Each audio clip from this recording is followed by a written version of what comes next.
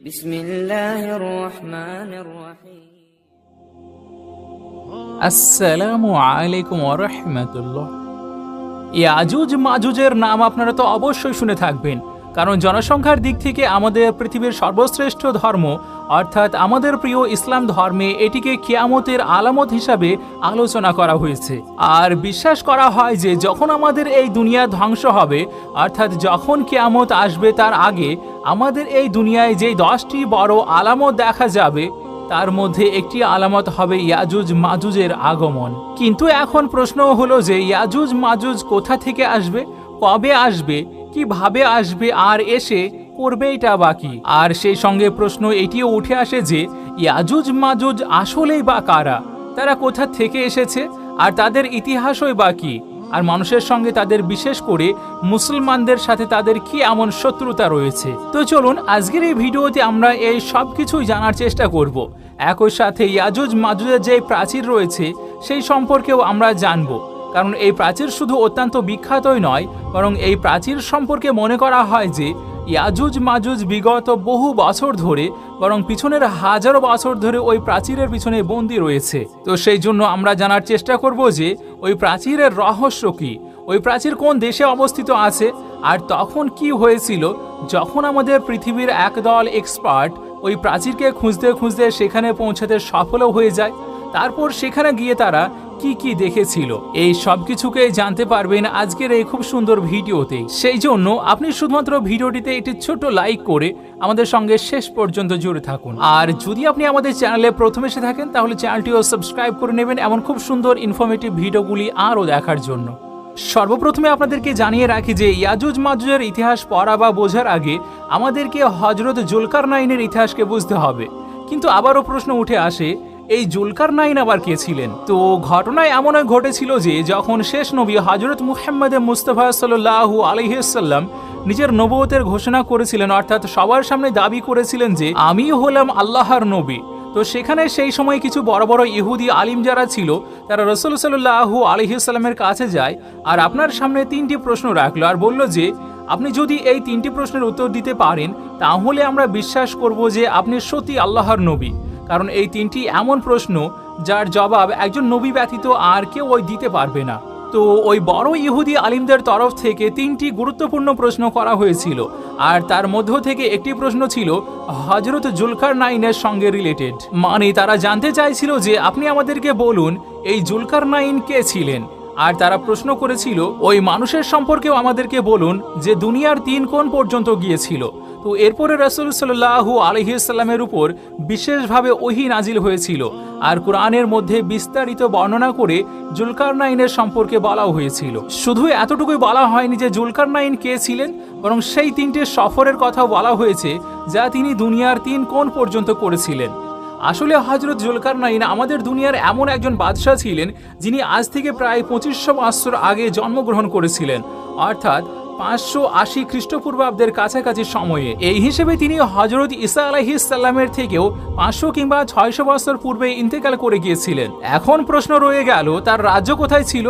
তাহলে তার রাজ্য আজকের সময়ের পাকিস্তান থেকে শুরু করে গ্রিস অর্থাৎ ইউনান পর্যন্ত বিস্তৃত ছিল, আর এই হিসেবে এর মধ্যবর্তী যতগুলো দেশ রয়েছে অর্থাৎ তুর্কি, সিরিয়া, ইরাক, ইরান, আফগানিস্তান, এই সব দেশই তার রাজ্যের অন্তর্ভুক্ত ছিল। আর এই কারণে হযরত জুলকারনাইনকে ইতিহাসে ওই কয়েকজন শাসকের মধ্যে গণনা করা হয় যাদের পুরো দুনিয়াতে রাজত্ব ছিল। ইউনানি লোকেরা যেখানে তাকে সাইরাস দ্য গ্রেট নামে চিনতেন, তো সেখানে ইরানি লোকেরা তাকে কোস কবির নামেও জেনে থাকতো। এখন প্রশ্ন রইল জুলকারনাইন নামের অর্থ কি? তো জুলকারনাইনের মানে হলো গিয়ে 2 সিংওয়ালা, আর এই নাম তার 2 সিংকে নির্দেশ করে যা আসলে তার মাথার মুকুটে ছিল। এতটুকুই নয়, বরং হাজারো বছর ধরে বহু গবেষণার পরে আমাদের দুনিয়া যখন তার সমাধি খুঁজে পায়, তো তার সমাধি থেকেও এমন একটি স্ট্যাচু বেরিয়ে গিয়েছিল যে স্ট্যাচুতে থাকা মুকুটে শুধু 2 সিংই ছিল না, বরং তার উপরে দুনিয়ার 3 কোণের নকশাও করা ছিল, আর যা সোজাসুজি হযরত জুলকারনাইনের ওই কঠিন 3টে সফরের দিকে নির্দেশ করে যে সফর তিনি দুনিয়ার 3 কোণ পর্যন্ত করেছিলেন। এইবার আপনাদের মধ্যে বেশিরভাগ লোকের মস্তিষ্কে এখন একটি প্রশ্ন ঘুরপাক খাচ্ছে, আর সেটি হলো যখন তাকে কেউই চিনত না তাহলে এই বড় ইহুদি আলিমরা তার সম্পর্কে কিভাবে জানতো? যারা রাসূল সাল্লাল্লাহু আলাইহি ওয়াসাল্লামের কাছে তার সম্পর্কে প্রশ্ন করেছিল। তাহলে আপনাদেরকে জানিয়ে রাখি যে হযরত জুলকারনাইনের ইহুদিদের সাথেও একটি গভীর সম্পর্ক রয়েছে, আর সেটি এই জন্যই যে হযরত ঈসা আলাইহিস সালামের জন্মের 586 বছর আগে আমাদের পৃথিবীতে ব্যাবিলন নামে একটি সাম্রাজ্য অত্যন্ত শক্তিশালী ছিল, বরং এও বলতে পারেন যে সেটি ওই সময়ে সুপার পাওয়ার ছিল। আর সেখানকার বাদশাহ, যার নাম ছিল বখত নাসের, সে খুবই নিষ্ঠুর মানুষ ছিল। সে ওই সময়ের জেরুজালেম শহরে শুধু হামলায় করেনি, বরং সেখানে অনেক লুটপাটও করেছিল। সেখানে থাকা হাজারো সংখ্যক ইহুদিদের হত্যা করেছিল, আর বাকি বেঁচে থাকা ইহুদিদেরকে বন্দী করে সে নিজের সাথে ব্যাবিলনে নিয়ে যায়। শুধু এতটুকুই নয়, ইহুদিদের যে ফার্স্ট টেম্পল অর্থাৎ হাইকেলে সুলেমানি, যাকে ইহুদিরা সবচেয়ে বেশি পবিত্র আর গুরুত্বপূর্ণ মনে করত, সেটিও সে যেতে যেতে সম্পূর্ণভাবে ধ্বংস করে দিয়ে যায়। এরপর ধীরে ধীরে সময় কেটে গেল, আর সময়ের সাথে সাথে দুনিয়াও বদলে যেতে লাগলো। আর পরবর্তী 50 বছরের মধ্যে হযরত জুলকারনাইন দুনিয়াতে এক নতুন শক্তি হিসেবে আবির্ভূত হলেন। তো সেই জন্য এরপর তিনি ব্যাবিলনে হামলা করে খুব সহজে সেটিকে জয় করে নিলেন। এটা স্পষ্ট যে হযরত জুলকারনাইন খুবই কোমল হৃদয়ের আর ইনসাফ প্রিয় মানুষ ছিলেন।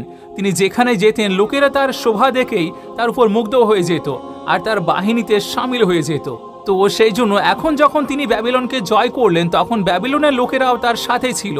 আর সেখানে যে ইহুদিরা থাকতো, যাদেরকে কয়েক বছর পূর্বে গোলাম বানিয়ে জেরুজালেম থেকে ব্যাবিলনে আনা হয়েছিল, তাদের সাথেও হযরত জুলকারনাইন খুবই ভালো ব্যবহার করলেন। তাদের সমস্ত অধিকারকে ফিরিয়ে দিলেন, আর এরও সাথে তাদের যে শহর পুরোপুরি ধ্বংস হয়ে গিয়েছিল তা পুনরায় প্রতিষ্ঠিত করতে সাহায্য করলেন। এরপর তাদেরকে ব্যাবিলন থেকে জেরুজালেমে পাঠানো হলো, আর তাদের হাইকেলে সুলেমানিকেও আবারও ঠিক করে দেওয়া হলো। আর এই সকল কারণের জন্য হযরত জুলকারনাইন ইহুদি জাতির না হওয়া সত্ত্বেও তাকে আজ পর্যন্ত ইহুদি জাতির মধ্যে এক হিরোর মতো মনে করা হয়, আর তার নামও অত্যন্ত ভক্তি ও শ্রদ্ধার সঙ্গে নেওয়া হয়।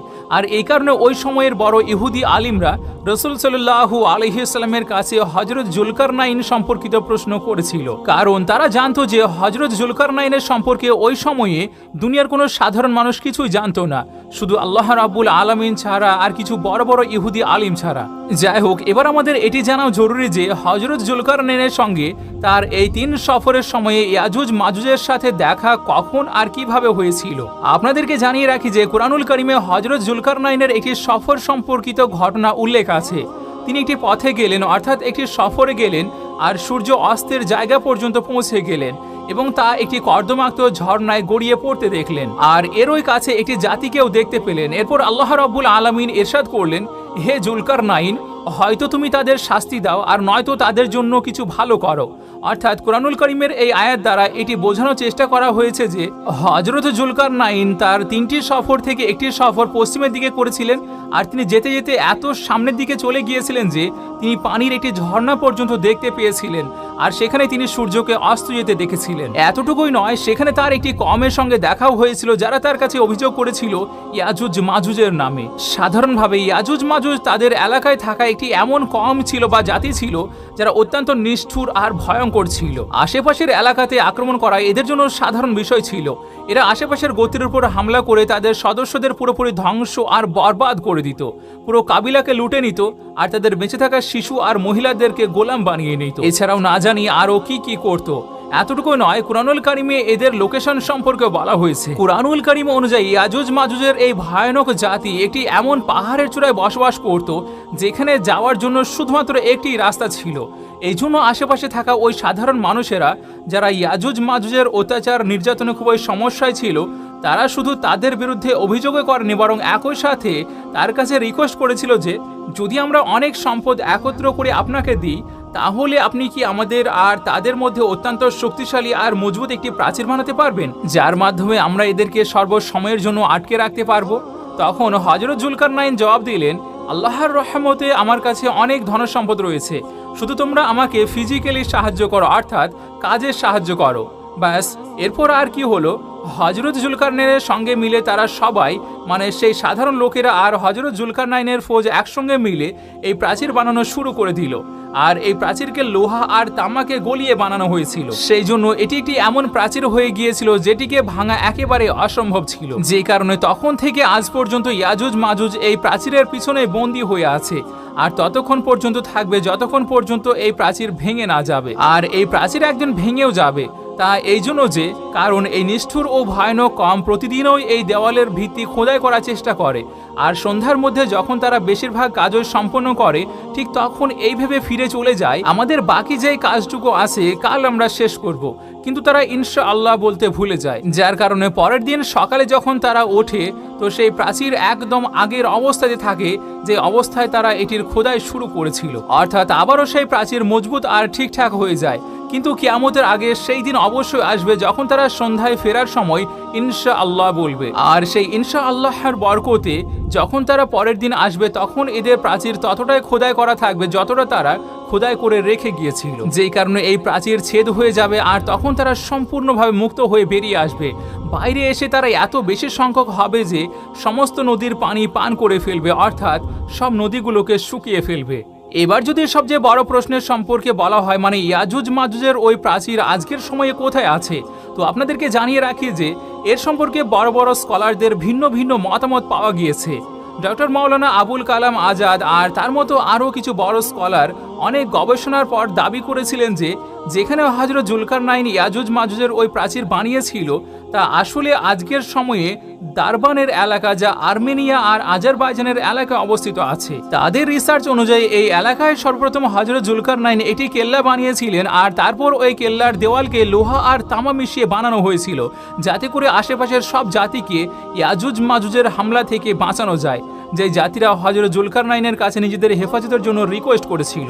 এতটুকুই নয়, এই লোকেদের মত অনুযায়ী সেখানে আজ পর্যন্ত শুধু এর নিদর্শনে নয় বরং দেওয়ালের নিদর্শনও দেখা যায়। আর কোরআনুল কারিমেও ইয়াজুজ মাজুজের সঙ্গে রিলেটেড যে ইনফরমেশন পাওয়া যায় সেই ইনফরমেশনের সাথেও এই লোকেশনে যথেষ্ট পরিমাণে ম্যাচও হচ্ছে, অর্থাৎ অনেক কিছুর মিলও পাওয়া যায়। ইয়াজুজ মাজুজের প্রাচীরের লোকেশনের সঙ্গে সম্পর্কিত এমন ধারণা রাখা লোকেরা এটি দাবি করে যে এদেরকে বন্দি করার পর ধীরে ধীরে সময় অতিবাহিত হয়ে গিয়েছে আর শেষ পর্যন্ত ইয়াজুজ মাজুজের কমে খাইজার নামক এক বাদশাহ জন্মগ্রহণ করে।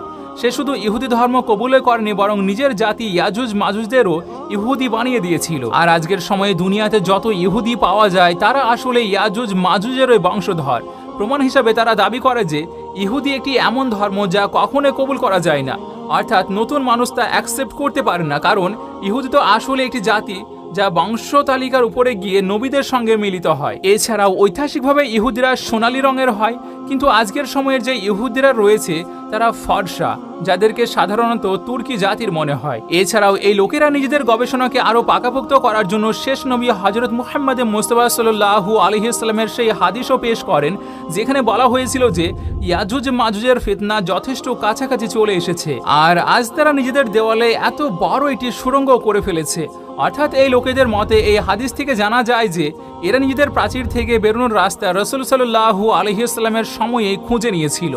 এতটুকুই নয়, দ্বিতীয় খলিফা হযরত ওমর রাদিয়াল্লাহু তাআলা আনহুর সময়ে মুসলিম বাহিনীরা এই এলাকায় এসে ইয়াজুজ মাজুজের সাথে যুদ্ধ করেছিলেন। ইতিহাসে মুসলিম বাহিনীর সঙ্গে ইয়াজুজ মাজুজের যুদ্ধ হয়েছিল আর এই কথাটির সত্য প্রমাণ করার জন্য তারা সাহাবায়ে কেরামদের ওই কবরের উদাহরণ দেয় যা আজ পর্যন্ত আর্মেনিয়া আর আজারবাইজানের অঞ্চলে অবস্থিত রয়েছে আর যা সত্যি আমাদেরকে অবাক করে তোলে। কিন্তু স্পষ্টত আমাদের মধ্য থেকে অনেকের মাথাতে এই প্রশ্ন ঘুরপাক খাচ্ছে যে যদি এই গবেষণাকে সঠিক মনে করা হয় আর এটা কবুলও করা হয় যে আজকের ইহুদিরা ইয়াজুজ মাজুজের কওম থেকে এসেছে, তাহলে কিয়ামতের আগে এই ইহুদিরা সারা দুনিয়ায় কিভাবে আক্রমণ করবে?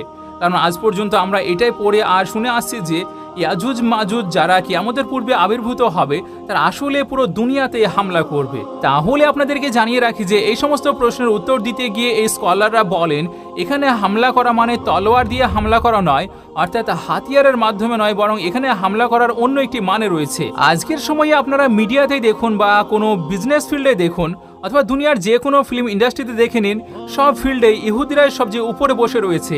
আজ বড় বড় ব্যাংকারদেরকে অধিকাংশ ইহুদিরাই পরিচালনা করছে। তারা শুধু দুনিয়ার সবচেয়ে উপরে বসে নেই, তারা শুধু দুনিয়াতে সবচেয়ে শক্তিশালী নয় বরং দুনিয়াকে যেইভাবে ইচ্ছা সেইভাবে কন্ট্রোলও করতে পারে। আর এই কারণেই তারা সমগ্র বিশ্বে আধিপত্য বিস্তার করে হামলা করবে বলা হয়েছে।